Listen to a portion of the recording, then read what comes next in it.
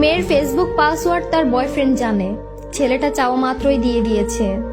মেয়েটা হোয়াটসঅ্যাপে অন্য একটা ছেলের সাথে চ্যাট করে, কথা বলে, প্রেম করে। আমার বয়ফ্রেন্ড মেসেজগুলো দেখলে ঝামেলা করবে।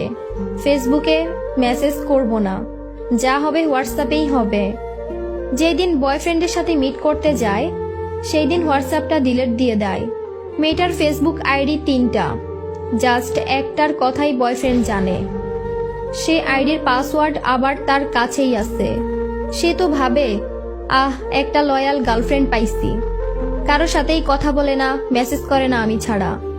মেয়েটার অন্য 2 আইডিতে উথাল পাতাল প্রেম চলে, কিন্তু ছেলেটা জানে না। ছেলেদের সাথে কত প্রেম করে মেয়েটা, কিন্তু ছেলেটা জানে আমি একটা মনের মতো মানুষ পাইছি, যে মানুষটা অন্য কারোর সাথে কথা বলে না। আরে ব্রো, যার ঠকানোর চিন্তা থাকে সে কোনো না কোনো ভাবেই ঠকাবে। তাকে আটকাতে পারবা না তুমি কখনোই, কোনোভাবেই না। ফেসবুক পাসওয়ার্ড এটা ঠুমকো একটা জিনিস। এটা নিলেও যে, না নিলেও সেই মানুষটা তোমাকে চাইলে সেই মানুষটা তোমার হয়ে সারাটা জীবন থাকবে।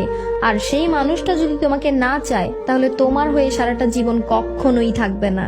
2 দিনের জন্য আসছে, 3 দিনের জন্য মজা নিচ্ছে, 4 দিনের দিন তোমাকে ঠিকই ছেড়ে চলে যাবে। সো প্লিজ জীবনে সলিড একজন মানুষকেই বিশ্বাস করো।